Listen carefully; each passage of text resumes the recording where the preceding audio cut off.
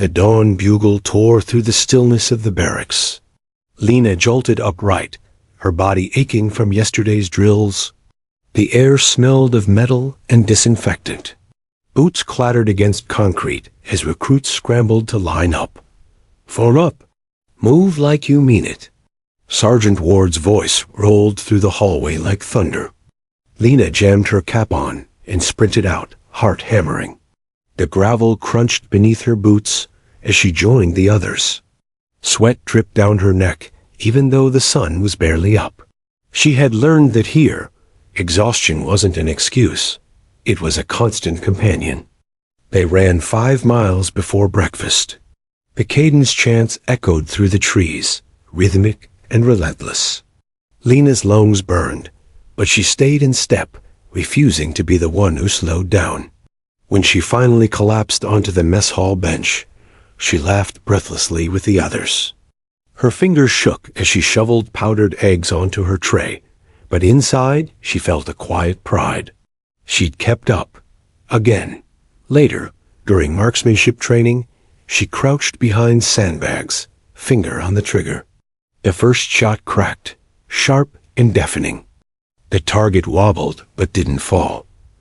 Ward towered behind her. "Focus your breath, Brooks. Exhale halfway.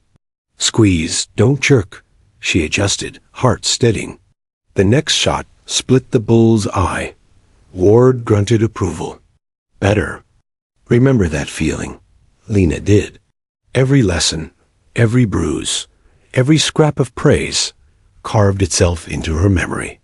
She wasn't naturally strong, but she was stubborn, and that was stronger than muscle. That night in the barracks, thunder rolled outside, rattling the metal roof. The girls on her bunk row talked softly about home, boyfriends, parents, little sisters. Lena stayed quiet, pretending to read her field manual. When the lights finally dimmed, she reached under her pillow and touched the pair of dog tags there, Ethan's and her own, looped together. She whispered, "I'm getting there, big brother." The next morning brought the gas chamber exercise, everyone's least favorite. They filed in, masks on, then ripped them off at the sergeant's command. The air burned their throats, eyes streamed. Recruits coughed and stumbled out, retching. Lena stumbled too, but refused to cry. Outside, Lopez panted beside her. "You insane, Brooks? You didn't even tear up." She grinned, eyes still red. "Maybe I ran out of tears years ago." Graduation week arrived faster than she expected. The field smelled of cut grass and gun oil. They'd survived the hardest 12 weeks of their lives. Rows of soldiers stood tall in dress uniforms, families waving flags from the stands. When her name was called, Lena stepped forward, chin high. Her father waited at the end of the line, eyes glistening beneath the brim of his cap. For the first time since Ethan's funeral, he smiled, truly smiled. "You did it, kiddo," he murmured, hugging her tightly. "You're tougher than all of us." Lena felt the metal's cold edge press between them and whispered, "I just followed his path." 2 months later, the orders came. Deployment, Afghanistan. The night before she left, she sat on the porch with her father, cicadas buzzing around them. The old man lit a cigarette and stared into the dark. "Listen," he said quietly, "war doesn't care how brave you are. It'll take good people and leave you wondering why. But if it ever comes down to it, keep your head and remember who you are." She nodded. "I will." He reached out, pressing Ethan's patched-up compass into her hand. He carried this every patrol. "Maybe it'll bring you home." The transport plane roared through the clouds, filled with soldiers bound for another world. Lena sat by the window, staring at the endless blue sky giving way to brown mountains. Some slept, some joked, but she just held the compass tight. The pilot's voice crackled over the intercom. "Welcome to Kandahar." Heat slammed into her the moment she stepped off the plane. The air was thick with dust and jet fuel. Helicopters whirled overhead like giant insects. She adjusted her pack and followed the line of soldiers toward briefing tents. "Private Brooks?" A voice called. She turned to see a tall man with salt and pepper stubble and a calm authority in his eyes. "Sergeant Mason Riker." "That's me, Sergeant." He looked her over.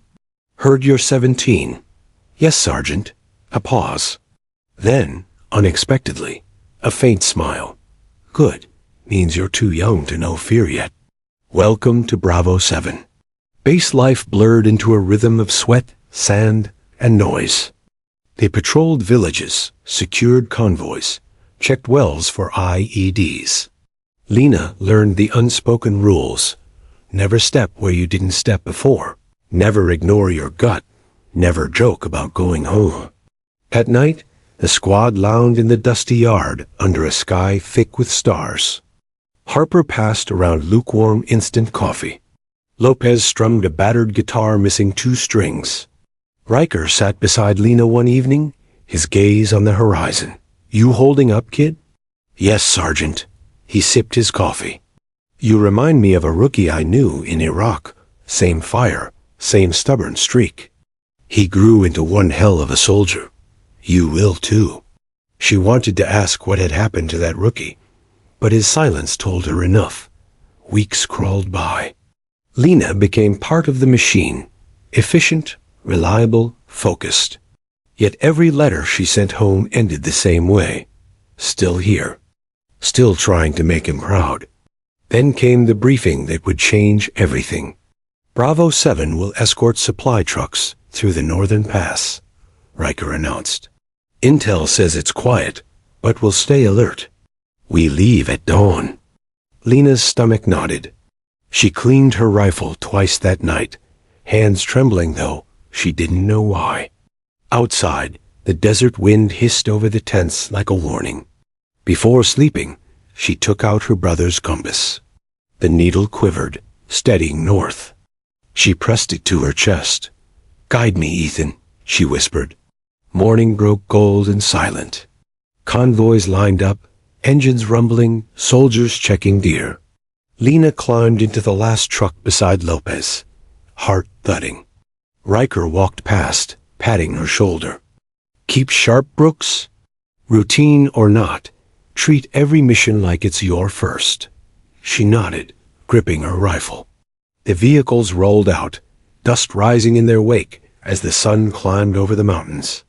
The narrow pass waited ahead, jagged cliffs on both sides, shadows stretching like open jaws. Lena stared out the window, unease prickling the back of her neck. Somewhere in the wind, she thought she heard her brother's voice. "Stay ready." And though she didn't know it, that day would carve her name into the memory of every soldier who survived, because before the sunset, the 17-year-old who was never supposed to lead would be the only one left standing to command.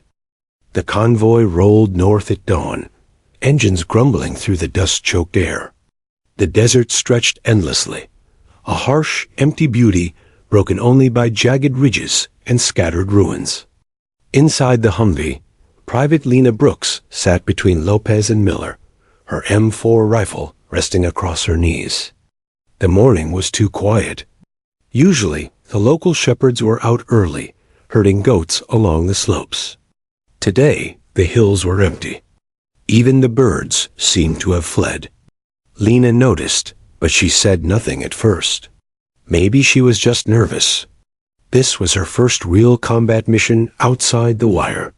Sergeant Mason Riker rode in the lead vehicle. His voice crackled over the radio, calm as ever. "Eyes up, everyone. This route's been clear for weeks, but don't get lazy. The second you think you're safe is when things go bad." Lena adjusted her helmet, scanning the cliffs through the dusty window. The wind howled softly, carrying the scent of hot metal and oil. She tried to breathe evenly, but her palms were slick with sweat. Lopez nudged her. "You're twitchy, Brooks. First real run jitters?" She nodded, forcing a laugh. "Something like that." He grinned. "Don't worry. You'll be fine. Riker says this stretch is clean." She wanted to believe him. She really did. But the stillness pressed against her chest like a weight. 2 hours in, the radio buzzed again. Bravo 7, this is HQ. Satellite feed confirms no heat signatures within 2 clicks. Keep formation, Riker replied. Copy that. The tension eased slightly. The soldiers relaxed into the rhythm of the road, Lopez humming off-key, Miller fiddling with the radio's antenna. Lena stared at the mountains, her brother's compass glinting in her palm. The needle trembled as the Humvee rattled over the rocky terrain. Then the world exploded. A deafening blast shattered the morning calm. The lead truck erupted in a fireball, pieces of metal and smoke shooting skyward. The shockwave slammed into Lena's vehicle, throwing her against the seat. Her ears rang. Her vision blurred. Contact! Contact! Ambush, North Ridge. Riker's voice roared through the coms. Bullets tore through the air, clanging off armor. Dust turned to chaos. The smell of burning fuel and gunpowder filled the Humvee. Lena grabbed her rifle, heart hammering, adrenaline flooding her veins. Lopez kicked open the door and dove behind a rock formation. Go, move, Brooks. She followed, scrambling through the sand, head low as rounds hissed overhead. The air was thick with shouting, explosions, and static. Somewhere to her right, someone screamed for a medic. Riker's voice cut through the madness. Form a perimeter. Brooks, Lopez, south flank. Miller, call for support. They moved instinctively, years of training collapsing into seconds. Lena fired short bursts at the ridgeline, muzzle flashes blinking like fireflies in the dust. She couldn't see the attackers, just shadows moving fast. A round slammed into the dirt inches from her knee. She flinched, rolling behind a boulder, gasping. Lopez crouched beside her, reloading. They're pinning us down. Where's Riker? Up front. He's trying to regroup the others. The radio crackled again, this time with static and panic. We've got casualties. Riker's hit repeat. Riker's down. Lena's stomach dropped. No, Lopez froze. For a second, the gunfire seemed to fade, replaced by a terrible ringing silence. Riker, the man who had believed in her, was gone? Then a rocket-propelled grenade whooshed past, exploding near the second truck. The impact threw both soldiers backward. Lena's ears screamed. When she blinked the dust from her eyes, Lopez was sprawled beside her, blood streaking his temple. Lopez! She shouted, shaking him. He groaned, but didn't move. She pressed a trembling hand to his neck, pulse weak, but still there. Hang on. Chaos swallowed the world. Her training screamed at her. Move, cover, assess. She grabbed Lopez's vest and dragged him toward the wreckage of their vehicle, bullets pinging around them. Her arms burned, lungs seared, but she didn't stop. When they reached cover, she ripped open his med kit, pressing a bandage to his wound. The radio crackled faintly again. Harper, the squad medic. Brooks? Anyone copy? Riker's gone. We're down to 4. I've got Miller and one more, pinned near the ridge. Need direction. Lena swallowed hard. Her voice came out hoarse. Copy, Harper. I've got Lopez, injured but alive. I'll flank and cover your retreat. Negative, Harper said. We can't risk splitting more.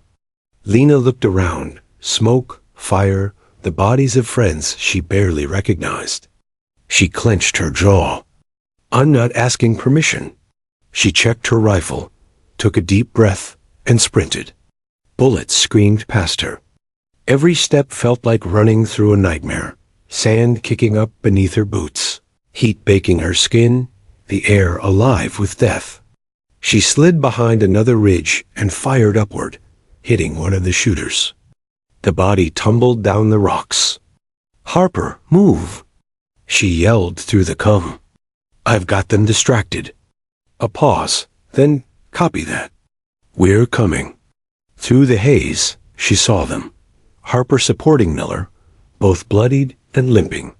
She covered them as they ran, firing until her magazine clicked empty. She ducked, reloaded, and kept shooting. By the time they reached her, Harper's face was streaked with dirt and tears. Riker's dead. So is Jensen. That's half our squad gone. Lena's throat tightened. She looked back at the flames, the shattered Humvees, and the lifeless forms lying still in the sand. The silence that followed wasn't peace. It was shock. They pulled back behind a rocky outcrop, regrouping. Lopez lay unconscious, Harper pressed against the wall, Miller clutching his bleeding leg. The radio hissed, static only. HQ wasn't hearing them. What now? Harper asked, voice shaking. Lena looked at them, 3 soldiers, all looking to her. She was 17, just a private. But there was no one else. She remembered Riker's words. Bravery isn't loud, it's quiet, and it keeps you alive. Her voice steadied. We move south, find cover, and re-establish comms. We can't stay here. Harper blinked. Brooks, you're not. I am now, she cut in. You move when I say move. Something in her tone silenced them. They followed. The sun began to set, casting the mountains in bloody orange light. The 4 surviving soldiers crawled through the ravine, every sound amplified, every pebble, every breath. The gunfire behind them had quieted, but none of them trusted the silence. At one point, Miller stumbled. Lena caught him, her shoulder straining under his weight. Keep moving, she whispered. You're not dying here. When they finally reached a small cave carved into the rocks, Harper collapsed. We made it. At least for now. Lena knelt near the entrance, scanning the horizon through her rifle scope. Smoke still rose from the convoy wrecks far behind. Her heart felt like it had aged 10 years in a single day. She radioed again, still static. HQ wasn't coming. Harper's voice was soft. We're cut off, Brooks. No signal, no commander. What do we do now? Lena looked out at the burning valley, the ghosts of her squad still flickering in her mind. She didn't answer immediately. When she did, her voice was calm, certain, and impossibly steady for someone her age. We survive, she said, and we bring them home. That night, as the desert winds moaned outside the cave, Lena sat awake, clutching her brother's compass in one hand and her rifle in the other. For the first time, she understood what Riker meant. Bravery wasn't about medals or orders. It was about staying alive when every part of you wanted to give up. Outside, the stars watched silently. Inside, a 17-year-old girl, no longer a child, not yet an adult, became something else entirely. A leader. The night was cold and hollow, filled with whispers carried by the desert wind.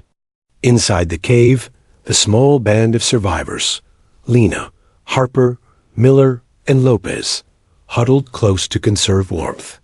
The flickering light of a single chem stick cast greenish shadows across the stone walls. Lopez stirred, wincing as consciousness returned. What happened? His voice cracked, dry and faint.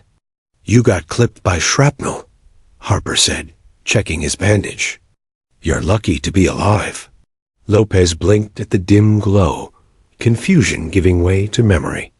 Riker, Jensen. His expression collapsed. They didn't make it, did they? Lena shook her head silently. For a long time, no one spoke. Only the wind and the distant echo of gunfire far off in the valley broke the stillness. Lena's thoughts churned. She wasn't supposed to lead. She wasn't even supposed to be here. A 17-year-old who'd lied about her age to enlist early, following the footsteps of her brother, who'd never come home from his deployment. Now, She was in charge of 3 broken soldiers, miles from base, surrounded by enemies. She studied her compass again. The needle trembled, pointing south. That was the direction of the nearest safe zone, an outpost near Ravine Echo. According to Riker's last briefing, it was roughly 15 kilometers away. She stood slowly. We move before dawn. Harper frowned. Brooks, they'll have patrols out there. You want us to walk into another ambush? We stay, we die, Lena said firmly. We move, we have a chance. Miller, pale and bleeding through his bandage, looked up. Can we even make it? Lena met his eyes. We don't have a choice. Her voice didn't shake, not anymore. Before dawn, they packed what they could salvage. 2 working rifles, 3 magazines, a broken radio, and a single canteen of water. Lopez insisted on walking despite his head wound. Harper tried to object, but he just grinned weakly. You'll need me if things go south. They moved out under the dying stars. The desert at night was deceptive, cool, almost peaceful. But Lena felt eyes everywhere. The sand shifted beneath their boots, whispering secrets of battles long past. Every shadow looked like movement, every flicker of light a threat. They stayed close to the canyon wall, using the rocks for cover. At one point, Harper whispered, "Brooks, stop."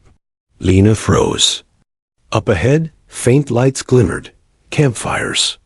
The sound of foreign voices drifted through the darkness. Enemy encampment.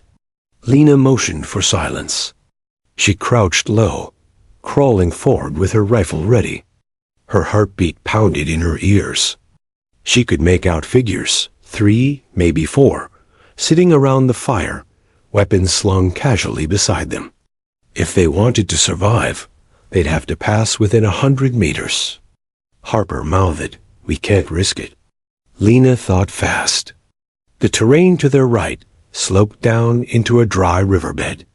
It was dangerous, but it might conceal them from view. She pointed toward it. "That way," she whispered. They slid down quietly, stones crunching under their boots. Every sound felt too loud. One of the guards by the fire turned his head. Lena froze. He stood, glancing into the darkness. For a long, breathless second, their eyes nearly met, but then a shout from the camp drew his attention back. He laughed, sitting down again. They kept moving. Hours later, dawn began to creep across the desert. The light revealed their exhaustion. Cracked lips, shaking hands, eyes hollow with fatigue. Miller stumbled again and again, each step leaving dark drops of blood in the sand. They found a shallow gully and rested. Harper finally snapped. "Brooks, this is suicide. We can't just walk 15 clicks through enemy territory with half the squad bleeding out." Lena turned to her, jaw tight. "Do you have a better plan?"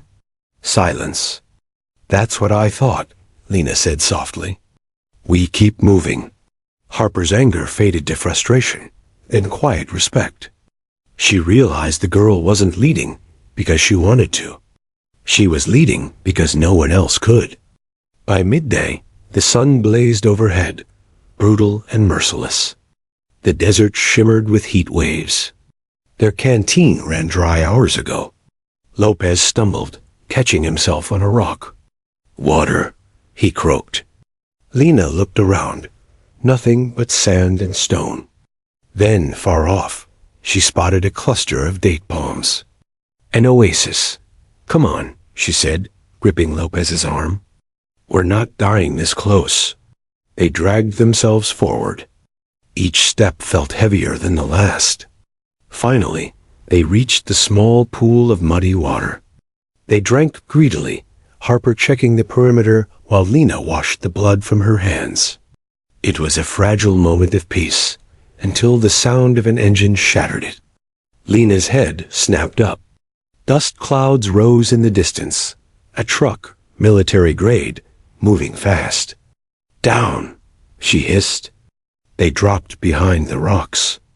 The vehicle slowed near the oasis, its engine rumbling. Through her scope, Lena saw the insignia enemy militia. 3 men, armed, scanning the area. Miller's hand trembled on his rifle. They'll find us. Lena's eyes narrowed. Not if we move first. She motioned silently, Harper to the left, Lopez covering the rear. Then she crept forward, heart pounding, counting their breaths. 3, 2, 1. She fired. The first man dropped instantly. Chaos erupted. The truck's mounted guns spun toward them, bullets ripping through palm leaves. Harper fired back, shouting, suppressing fire. Lopez, dizzy but determined, tossed a grenade. It exploded beneath the truck, flipping it in a burst of flame. A shockwave sent sand flying. When the smoke cleared, the desert was quiet again, except for the ringing in their ears. They regrouped quickly. Harper checked her rifle, nearly out of ammo. Miller's wound was worse, bleeding through the makeshift bandage. But they were alive. Lena scanned the horizon. That blast'll draw more of them. We move now. Where? Harper asked. South. Ravine, echo. She pointed to the compass again, steady, unwavering. As they began walking, Lopez looked at her with something like awe. You're 17, right? She didn't answer. He chuckled weakly. You shouldn't be here. I know, she said quietly. But I am. By dusk, the landscape changed, rocky cliffs rising on both sides, the air cooling. They found an old communications tower, half buried in sand. The metal structure was rusted, but maybe. Harper climbed up and fiddled with the panel. It's damaged, but maybe I can get a signal boost. Lena nodded. Do it. She and Lopez set up a perimeter. The silence around them felt heavier now, as if the desert itself was holding its breath. Suddenly, static burst from the radio. Harper's voice trembled. I think I've got something faint, but real. Lena rushed over. Try again. Echo base, this is Bravo 7, Harper called. We've been ambushed. Survivors en route. Need evac coordinates. A pause. Then, faintly through the crackle, Bravo 7. Copy, identify commander. Harper looked at Lena. She hesitated only a second before replying. Private Lena Brooks. Acting squad leader. Another pause. Then, hold position, Brooks. Help is on the way. Relief flooded through the cave. Lopez exhaled shakily. We made contact. Lena smiled faintly, but something in the back of her mind wouldn't let her rest. Because the last time they'd heard that voice, it was from the enemy frequency during the ambush. That night, as stars blanketed the desert once more, Lena sat awake again, her rifle across her lap. The others slept, exhausted beyond measure. The radio was silent now, but the doubt wasn't. Had they really reached friendly command, or had they just given away their position to the same men who killed her squad? The wind carried no answers. Only the whisper of danger closing in again. Lena tightened her grip on the rifle. Whatever came next, she was ready. The night was unnervingly still. No wind, no sound, just the slow, shallow breathing of exhausted soldiers hidden among the dunes. The broken communication tower loomed above them like a skeleton, silhouetted against the starlit sky. Lena Brooks sat with her back to the cold metal, her rifle across her lap, the compass still clenched in her hand. The last words she'd heard through the radio replayed in her mind like a warning. Hold position, Brooks. Help is on the way. It sounded right. Too right. Too rehearsed. Harper stirred awake, groggy and pale. Any signal yet? Lena shook her head. Nothing since last night. Lopez groaned, rubbing his temple. His wound was healing poorly, infection already spreading beneath the bandage. You think they're still coming? Lena hesitated. I don't know. The truth was gnawing at her. Their position had been compromised too many times. Someone had been tracking them. And the voice, she couldn't shake the feeling she'd heard it before. During the ambush.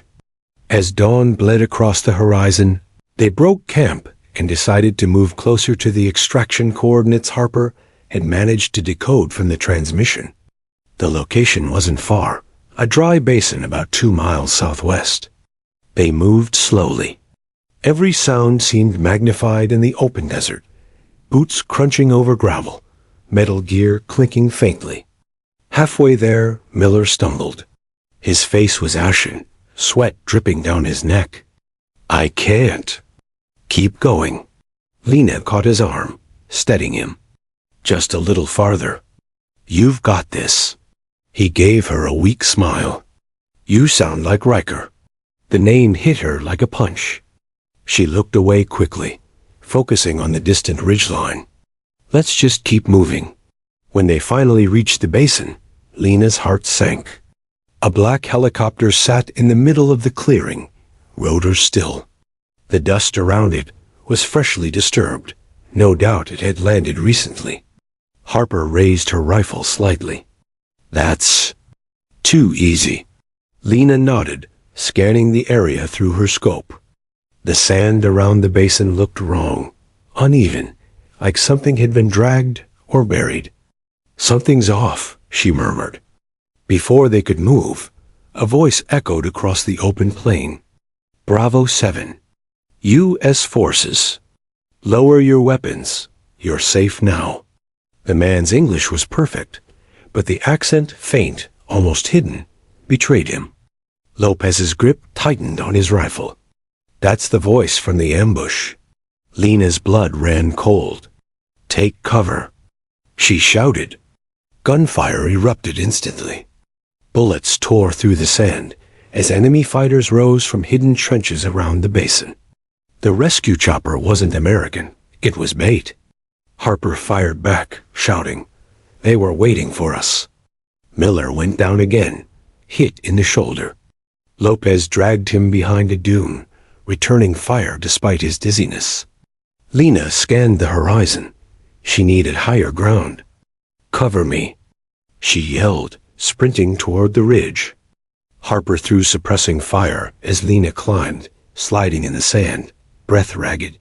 She reached a rocky outcrop and dropped flat, aiming down her sights. From above, she could see everything. Enemy trucks approaching, the helicopter crew firing automatic weapons, the black flag painted on their sleeves. They weren't rescuers. They were hunters. Lena took a deep breath and aimed. Her first shot hit one of the gunners by the chopper. The second burst shattered the engine casing. Flames erupted, smoke curling into the brightening sky. Below, Harper and Lopez fought desperately. Lopez's magazine clicked empty. He drew his sidearm, firing until it jammed. Out, he shouted. Switch to Miller's rifle. Harper yelled back, ducking as bullets kicked up sand around her. Lena's radio crackled again. Private Brooks. You're a persistent one, but you can't save them. It was the same voice, calm, confident, mocking. She pressed the earpiece closer. Who are you? A pause. Then, the last mistake your commander ever made. Her stomach twisted. Riker. He'd known this man, maybe trusted him. Why us? She demanded. Because your squad saw something they shouldn't have. Orders were to clean up the evidence. The line went dead. Lena's fury ignited. She shouted down to Harper. We're not dying here, not for someone else's cover-up. She reloaded, firing into the nearest truck. One of the tires blew, sending it spinning sideways. Lopez, using the moment, lobbed their last grenade into the cluster of enemies near the chopper. The explosion rocked the basin, but there were still too many. Harper crawled toward the ridge, shouting over the chaos. We're surrounded. Fall back to the rocks. Lena ordered, "Now!" They scrambled upward, dragging Miller between them. The sun was high now, the heat blistering. Sweat and blood mixed into streaks down their faces. As they reached the top, a bullet grazed Lena's arm, ripping her sleeve. She barely flinched. They collapsed behind the ridge, breathing hard. Harper pressed her back against the stone. "We're running out of ammo." Lena looked over the edge. The enemies were regrouping below, spreading out. "Then we use what's left wisely." She took one final glance at her compass, her brother's old one, before tucking it into her pocket. "We're going to finish this." They held the ridge for hours. The desert sun turned brutal, and every minute felt like an eternity. One by one, the attackers advanced, cautious, methodical. Lena lined up her shots, each one deliberate. Her accuracy was frightening, calm, focused. Even Harper watched her in awe between bursts of gunfire. When the last of her ammunition ran dry, only a handful of enemies remained. Lopez leaned against the rock, pale and barely conscious. "We can't hold much longer." Lena didn't respond. She was staring down at the basin. Something glinted near the wrecked helicopter, a radio unit, still intact. If she could reach it, she might call real reinforcements. "Cover me," she said suddenly. Harper's eyes widened. "You're insane." "Maybe," Lena replied. "But this ends now." Before Harper could stop her, Lena slid down the ridge again, weaving through the smoke. Bullets tore through the sand at her heels, but she didn't stop. She reached the helicopter, grabbed the scorched radio, and ducked behind the wreckage. Static. Then, faintly, a voice. "Use command, repeat location?" Her heart pounded. "This is Private Lena Brooks, Bravo 7. Multiple casualties, enemy ambush, coordinates." The radio exploded in her hand. She was thrown backward, ears ringing, sand flying everywhere. Harper screamed from the ridge, "Lena!" But Lena was still alive. Barely. Her hand was scorched, her arm bleeding. She crawled behind cover, teeth gritted. Above, friendly aircraft engines thundered faintly, far away but closing fast. She'd done it. Minutes later, the sound of gunfire mixed with the roar of incoming helicopters. Real ones this time. The enemy fighters began to retreat, scattering like ghosts. Black smoke rose from the basin, the air thick with heat and cordite.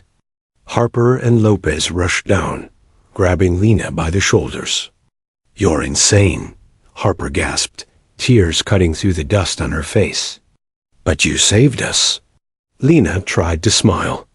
"Told you we'd make it." As the rescue choppers landed, soldiers in real U.S. uniforms jumped out, weapons ready. Medics swarmed the survivors. The world around her faded, the noise, the shouting, the whir of blades. All she could hear was the faint beep of her heart monitor as they lifted her onto a stretcher. Before she blacked out, she felt something heavy in her pocket, the compass. The needle was still steady, still pointing home. When Lena Brooks woke up, the world was white, sterile walls, humming machines, a sharp scent of antiseptic that burned her nose. For a few seconds, she didn't know where she was. Then the memories slammed back, the ambush, the explosion, Lopez's blood on her hands, Riker's voice fading over the radio. She gasped, sitting up. Pain seared through her arm, wrapped in layers of gauze. A nurse rushed over. "Easy, Private. You're safe now." "Where? Where am I?" Lena croaked. "Camp Dahlia, forward medical unit," the nurse said gently. "You've been unconscious for 2 days." 2 days. Her heart began to race. "My squad, Harper, Lopez, Miller?" The nurse hesitated before answering. "Harper's stable. Lopez and Miller. They're still critical, but alive. Relief and guilt collided in her chest. She closed her eyes, fighting tears. And Sergeant Riker? The nurse's silence was answer enough. Later that day, when the morphine haze began to fade, a man entered her room. His uniform was immaculate. Colonel James Keaton, commander of regional operations. His eyes were cold and calculating, a man who'd seen too many soldiers and cared for too few. "Private Brooks," he said, pulling up a chair. "Glad to see you awake." Lena sat straighter, wincing. "Sir," he glanced at the chart in his hand. "You sustained second-degree burns, shrapnel lacerations, and a concussion. But you saved 3 lives under heavy fire. That's commendable." His tone didn't sound like praise. It sounded like an interrogation in disguise. Lena's brow furrowed. "Sir, what happened out there?" "We were told to hold position for extraction, but the rescue team, they weren't ours. They set us up." Keaton studied her quietly. "That's what we're trying to determine." "Sir, that wasn't an accident," she insisted. "Someone fed the enemy our location." He leaned forward, his expression unreadable. "Private, those are serious allegations. You've been through trauma. The mind fills gaps when it's in shock." She stared at him. "With respect, sir, I know what I heard." Keaton's lips tightened. "I'm not questioning your courage. But for now, I need you to rest.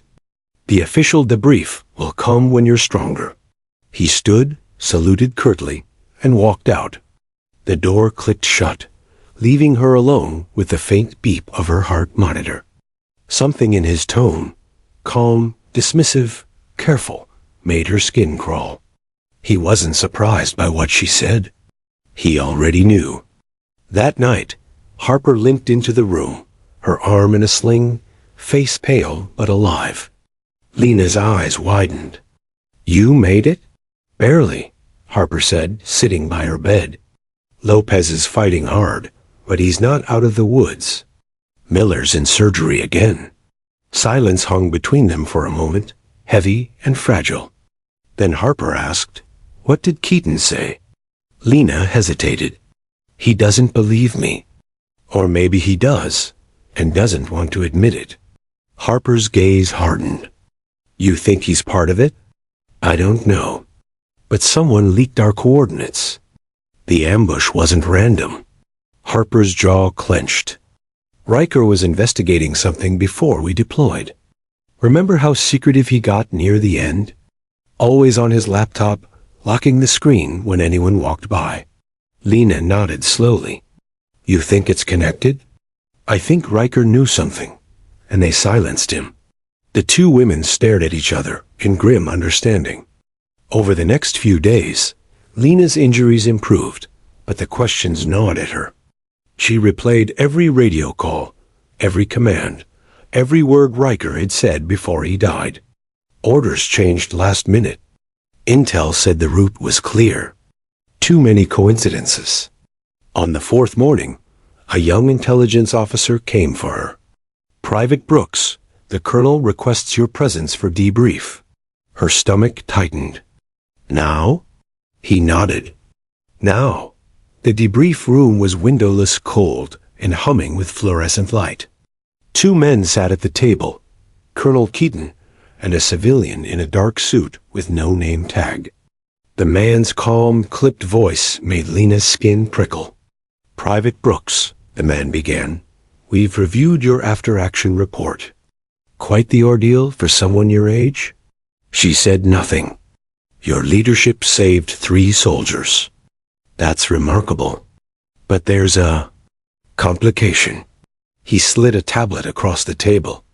On the screen were blurry drone photos. Lena, Harper, Lopez, and Miller near the destroyed helicopter. "These images," he continued, "were intercepted from militia channels. Someone leaked them to the press. We need to know if you shared anything intentionally or otherwise."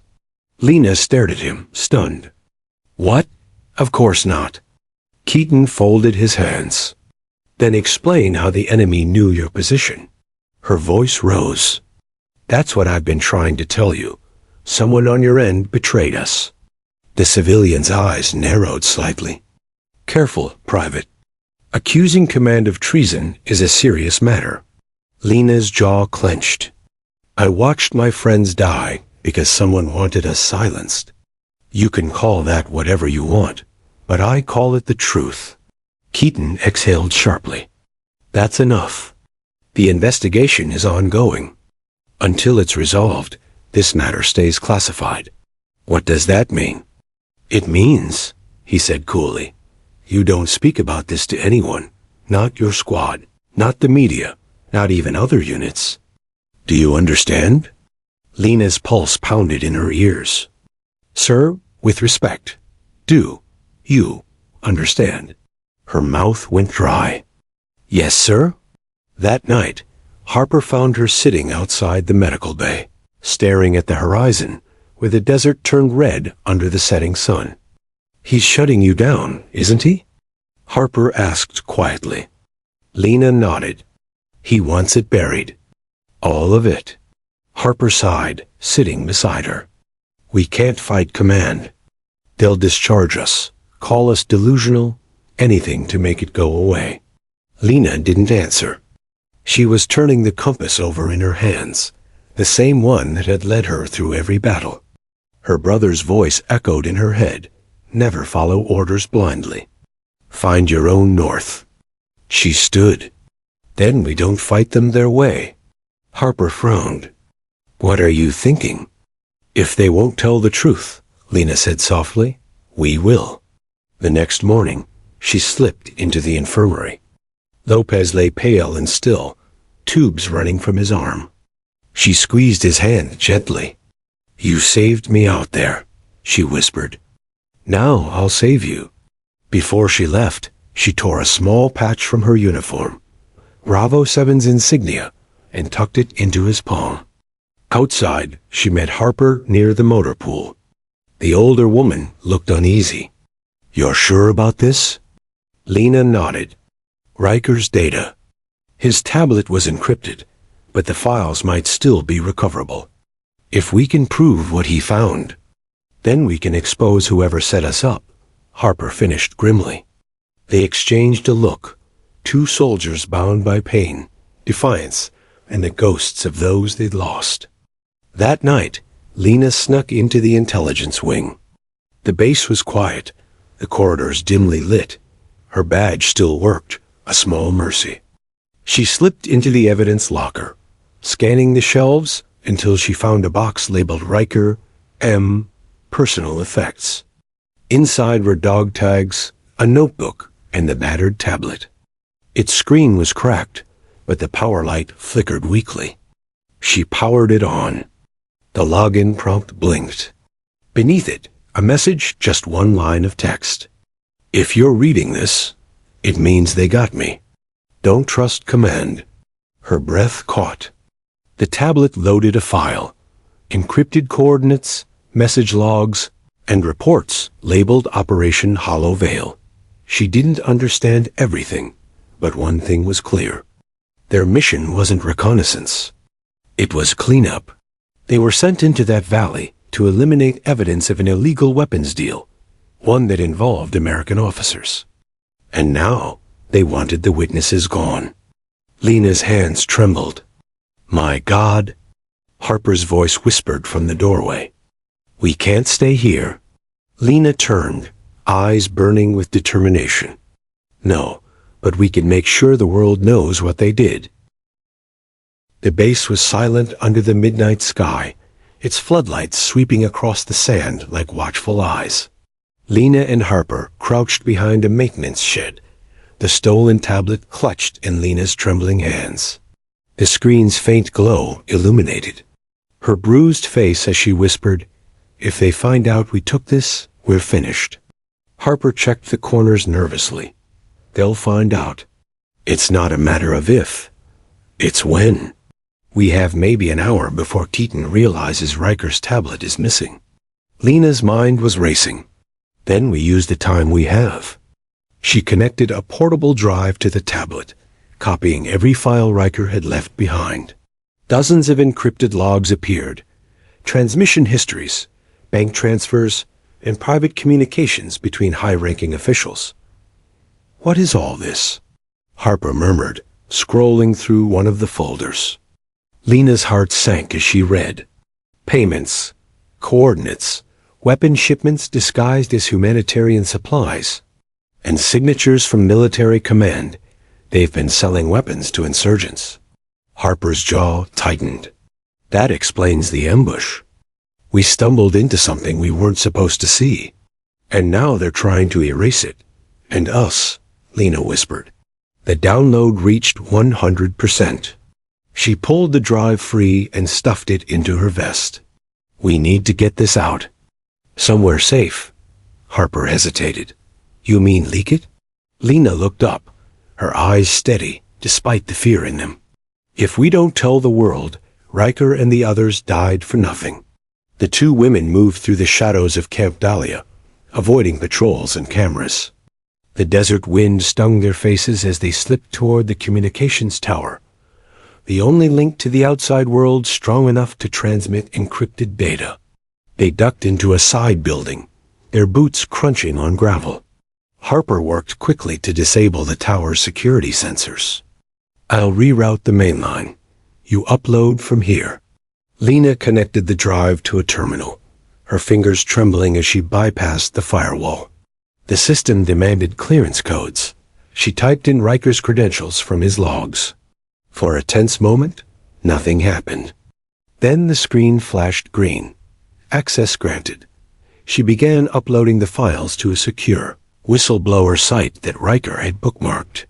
Come on, she muttered, watching the progress bar creep forward. 80%, 90%. Then, access denied. The terminal beeped sharply. The screen went red. Alert. Unauthorized transmission detected. Damn it, Harper swore, slamming the console. They've locked the system. A loudspeaker crackled outside. All personnel remain in quarters. Security sweep in progress. Lena's stomach dropped. They know. She yanked the drive from the terminal. We have to move. They sprinted through the back exit, alarms blaring across the base. Floodlights sliced through the darkness as soldiers rushed past in confusion. Harper led Lena toward the motor pool, shouting over the chaos. We can reach the northern gate. There's a supply truck convoy heading out. Even if we make it, Lena panted, where do we go? Anywhere that's not here. They reached the convoy just as engines roared to life. Harper flagged one driver down, flashing a fake clearance badge. Orders from command, classified transport escort. The driver, bleary-eyed and half-awake, waved them aboard. They climbed into the back of a supply truck, filled with crates and tarps. The vehicle rumbled forward, rolling past the gates and into the open desert. For the first time in hours, Lena allowed herself to breathe. The base lights faded behind them. We did it, she whispered. Harper shook her head. Not yet.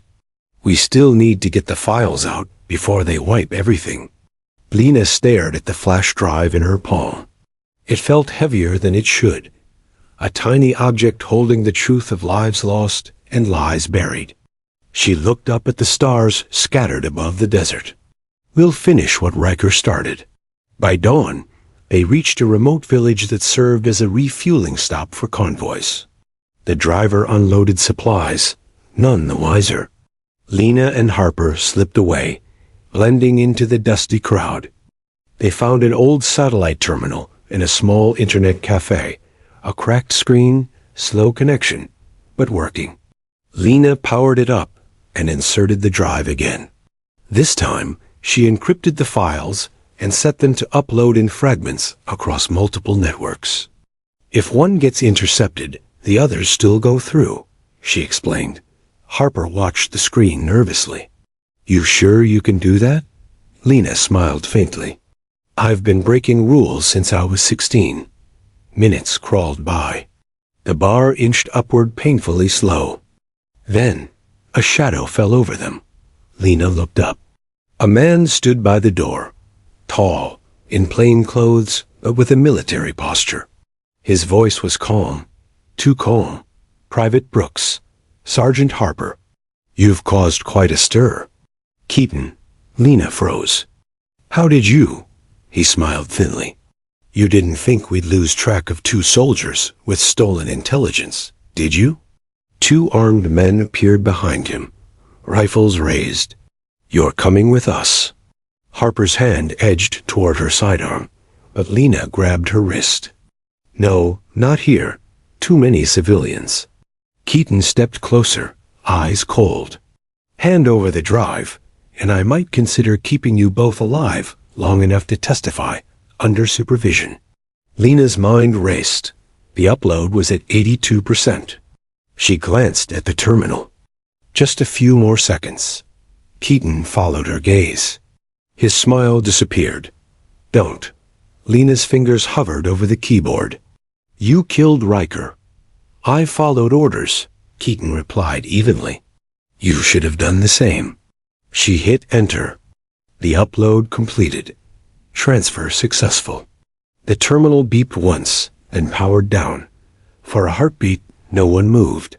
Then Harper grabbed Lena and dove behind a table as Keaton shouted, "Stop them!" Gunfire erupted, glass shattered, and people screamed. The women ducked through the back exit, sprinting into the narrow alleys behind the cafe. Bullets tore through walls as they ran. Harper stumbled, her arm bleeding. "Keep going," she gasped. Lena refused to leave her. "Not without you." They reached the edge of the village, where a row of fuel trucks waited. Lena helped Harper into one and jumped into the driver's seat. She slammed the ignition. The engine roared to life. Keaton's men burst from the alley just as she hit the gas.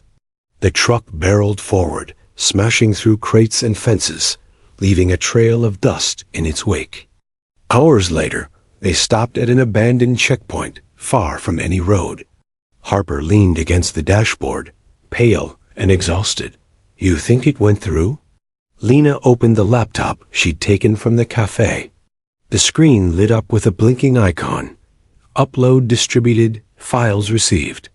Her breath caught. "Yes, it's out." Harper let out a shaky laugh. "Then it's over." Lena stared at the horizon, unsure. "Not yet. Keaton won't stop until he finds us." She turned to her friend. "We need proof that the leaks were real." Riker mentioned something. A hidden server in Nevada. "If we can reach it, we can confirm everything." Harper smiled faintly. "You never quit, do you?" "Not until the truth is free," Lena said quietly. Back at Camp Dahlia, Keaton watched the news on a secure feed. Reports were already spreading, leaked files exposing weapons smuggling within the U.S. military. Anonymous sources. Unverified, but explosive. He slammed his fist on the desk. Find them. Now, that night, in the vast emptiness of the desert, Lena and Harper sat under the stars beside their truck, the engine off, the air cool and still. Harper broke the silence. "You were 17 when this started. You shouldn't have had to carry all this." Lena looked at her, eyes glinting in the moonlight. "Age doesn't matter when no one else is left standing." Harper chuckled softly. "You sound like Riker." Lena smiled faintly. "He taught me more than tactics. He taught me how to fight for something bigger than myself." The wind whispered through the dunes. In the distance, faint lights flickered. Perhaps search drones, perhaps stars. Lena didn't care anymore. The truth was out. And now, there was no turning back. The desert wind howled through the canyons, carrying the scent of sand and distant fires. Lena Brooks gripped the steering wheel of the battered fuel truck, eyes fixed on the horizon. Harper sat beside her, bleeding from a shallow cut on her arm, still pale but alert. The moon hung low and red, like a warning sign in the sky. Behind them, faint lights blinked on the dunes. Drones. Not searchlights. Drones. Keaton's men were closing in. "We've got company," Harper muttered, her voice tight. Lena's hands tightened on the wheel. "Let them come. We've got the files, and we know where the next stop is." Harper hesitated. "Nevada? You're talking about Riker's hidden server? That's a whole state away. How do we survive the chase?" Lena glanced at her friend, her eyes hard. "We don't stop. Not until the truth is untouchable." The first drone appeared, hovering silently like a predator above the truck. Lena swerved, kicking up sand. The machine followed, cameras tracking every movement. She cursed under her breath. "They've got heat sensors. We need to lose them in terrain, or they'll lock onto us." Hours passed in tense silence, broken only by the low rumble of the engine and Harper's occasional cough. Lena navigated through narrow desert passes, where rocks and sudden cliffs could hide them from aerial surveillance. Finally, as dawn approached, they reached a dry wash lined with boulders and sagebrush. Lena cut the engine and ducked low. "Now we wait," she whispered. From above, the drone's hum faltered, then disappeared. Lena exhaled slowly. Temporary relief. They won't give up easily. Harper checked the drive. "You think the leak triggered this much of a response?" Lena nodded. "Keaton isn't just mad. He's terrified. If the files reach the media, the operation collapses and heads roll." For a moment, the two women just sat, staring at the pale desert light creeping over the horizon. By mid-morning, they began moving again, traveling on foot through rocky terrain. They rationed water and food, careful not to leave tracks. Every rustle, every animal sound made them flinch. Suddenly, Harper froze. "Lena, look." Two men in plain clothes emerged from behind a ridge. They were armed, disciplined, government-trained. Lena didn't hesitate. She grabbed her rifle and fired a warning shot. The bullets kicked up dust near their feet, startling the pursuers. "Drop the weapon," one shouted. "We dropped nothing," Lena replied, scanning the rocks. "You want to fight? You got one." Harper fired a short burst, pinning one of them behind a boulder. Lena signaled, "Move left." They ran through the scrub, using the jagged terrain to their advantage. The men followed, careful but relentless. Every step forward was a gamble. One wrong move could end it all. Hours later, they found temporary shelter in an abandoned mine. Inside, the darkness was absolute, broken only by slivers of light from cracks in the rock. Harper slumped against a wall. "We can't keep this up forever." Lena pulled out the drive. "We don't have forever. We reach the server, and then we make it public. Full exposure. There's no turning back after that." Harper frowned. "You're talking about going deeper into enemy territory, deeper into the country, while everyone hunting us is watching. It's insane." Lena's voice was calm, unwavering. "Maybe, but we have no choice. If we wait, Keaton and his men will bury the files and us along with it. We survive, we leak, we expose everything." Harper studied her, recognizing the same steel Lena had shown in the desert ambush. "I've been through hell, Brooks," she said quietly. "But I trust you. Let's finish it." The journey across the desert and into Nevada was grueling. They moved mostly at night, hiding during the day, stealing food and water when necessary. Lena navigated using the stars and her brother's compass, the one that had guided her through ambushes, explosions, and betrayal. At one point, a small town appeared on the horizon, the first sign of civilization in days. They slunk along the outskirts, avoiding main roads. The drone shadows were fewer here, but Lena knew Keaton had eyes everywhere. They found a dilapidated internet cafe with a satellite uplink, enough to connect to Riker's hidden server. The place looked abandoned, but Lena was cautious. Check every corner, she whispered to Harper. Inside, they found the terminal. Lena inserted the drive. The encrypted files began transferring into the server. Every second stretched like an eternity. Then a voice echoed behind them. Nice try. They spun around. Keaton and 2 agents were in the doorway, rifles raised. You think you can run and hide? Keaton said coldly. Do you know how many men are looking for you right now? Harper grabbed Lena's arm. We have to fight. Lena's eyes narrowed. No, we finish the upload first. Then we fight or flee, but the files have to get out. The progress bar inched forward. 50%. 60%. Keaton advanced, gun raised. Stop this, and maybe I'll let you leave alive. Lena's hand hovered over her rifle. Maybe you won't. A sudden crash came from outside, a truck smashing into the street in front of the cafe. Dust and smoke filled the doorway, momentarily blinding Keaton. Lena grabbed Harper. Now! They sprinted out the back exit, ducking behind crates. The server upload was nearly complete, 85%, 90%. Keaton barked orders to his men, but the confusion bought them precious seconds. Lena dashed to the alley behind the building. The upload hit 100%.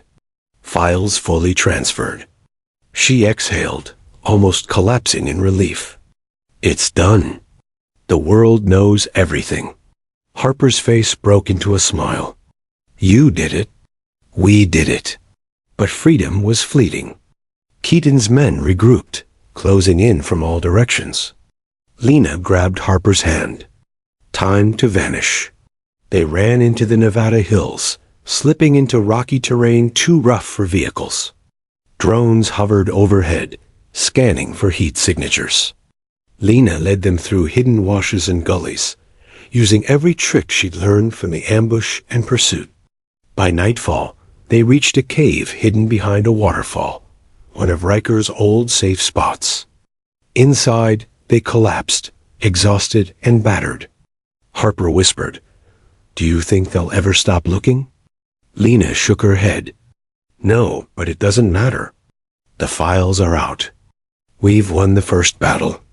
Outside, the moon cast silver light on the desert. For the first time in weeks, Lena allowed herself a fleeting moment of hope. She thought of Riker, of Jensen, of the others. This one's for you, she murmured. The wind echoed through the canyon, carrying the faint hum of drones far behind. The fight wasn't over. Not yet. But Lena knew something important. The truth could never be silenced. The Nevada desert was quiet now, almost peaceful, the harsh wind softened by the late afternoon sun. Lena Brooks sat on a jagged rock outside the waterfall cave, the drive with Riker's files safe and backed up multiple times. Harper leaned against a boulder, patching her arm with a clean cloth.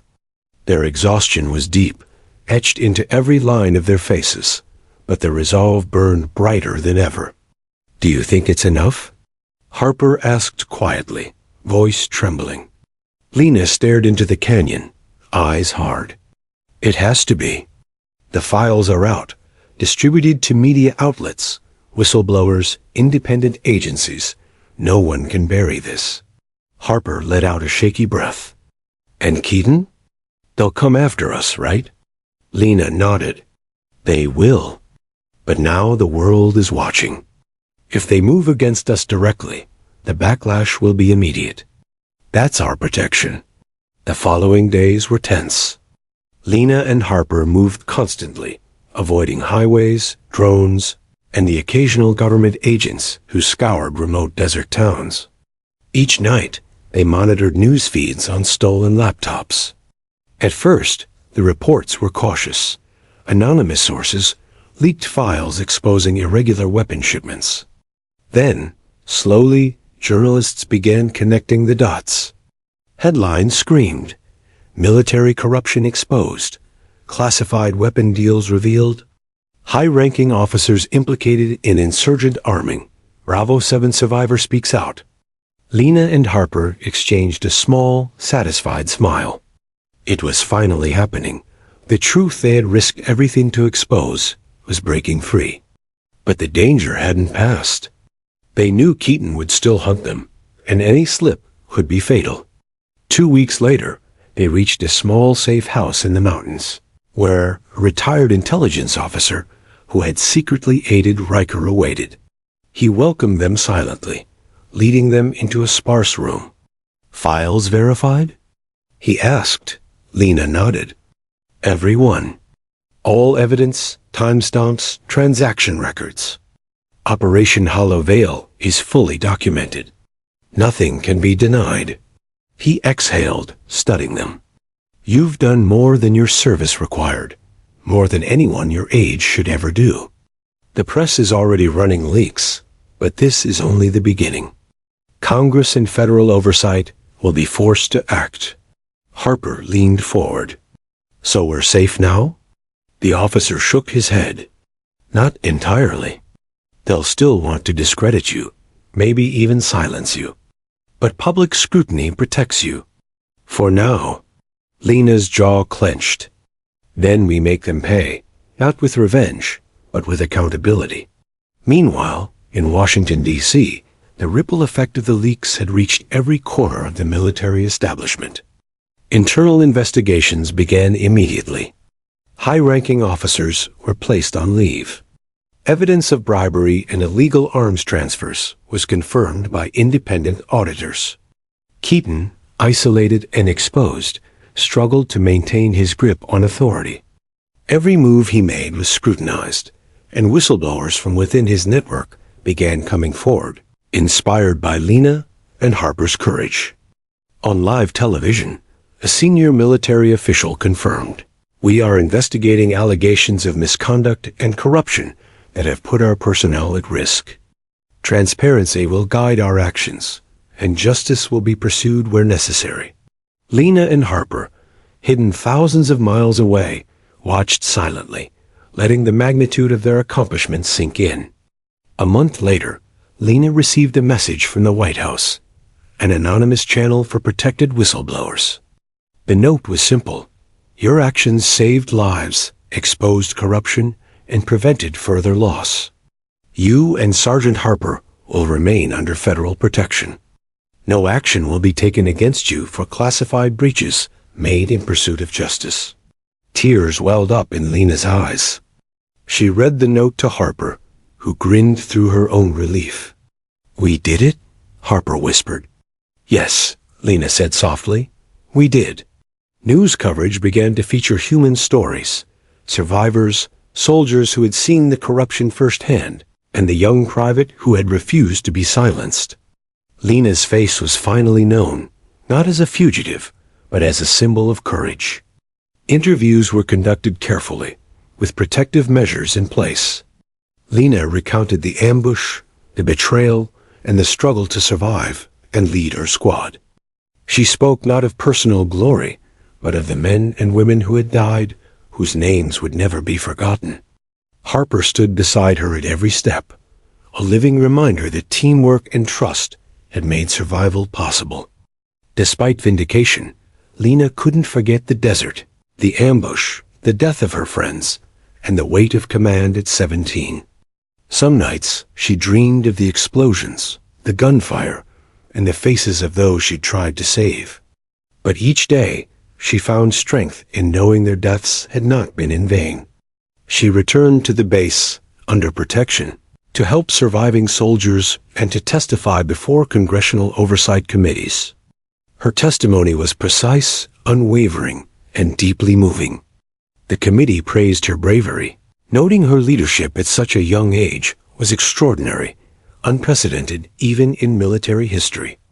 In official reports, Lena was credited with saving 3 lives, exposing a major military cover-up, and preventing future atrocities. 1 year later, a ceremony was held for those who had survived and those who had fallen.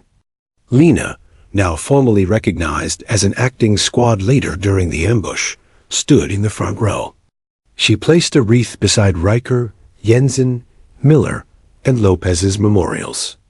Her voice caught as she whispered, "You are never forgotten. Every life you saved, every lesson you taught, guided me here. We honored you with truth." Harper stood beside her, hands on her shoulders. "You carried all of us when we couldn't.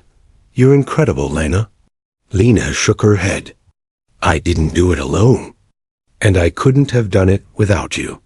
The files that Lena and Harper had leaked had lasting consequences. Corrupt officers were prosecuted. Policies were rewritten to prevent illegal arms transfers. The military's internal oversight was strengthened. Lena and Harper, once hunted as fugitives, became symbols of courage, resilience, and moral integrity. They never sought fame, but their story inspired young soldiers and civilians alike. A reminder that even in the darkest circumstances, courage and determination can illuminate the truth. For Lena, the compass she had carried since her brother's death remained with her. A reminder that true leadership isn't about rank or age, but about responsibility, integrity, and the courage to stand alone when everyone else falters. In the quiet of the desert, under the starlit sky that had once been her battleground, Lena finally allowed herself a moment of peace. She thought of her fallen squad, the ambush, and the impossible choices she had made. "I led at 17, she whispered to the wind. "And we survived? Because we fought for what was right." The desert carried her words, as if acknowledging her triumph. Somewhere, beyond the chaos and corruption, justice had been served. The young private who had been thrust into command against impossible odds had grown into a leader, a witness to truth, and a guardian of honor. And in the hearts of those who survived, and those who would follow in their footsteps, Lena Brooks' story would never be forgotten.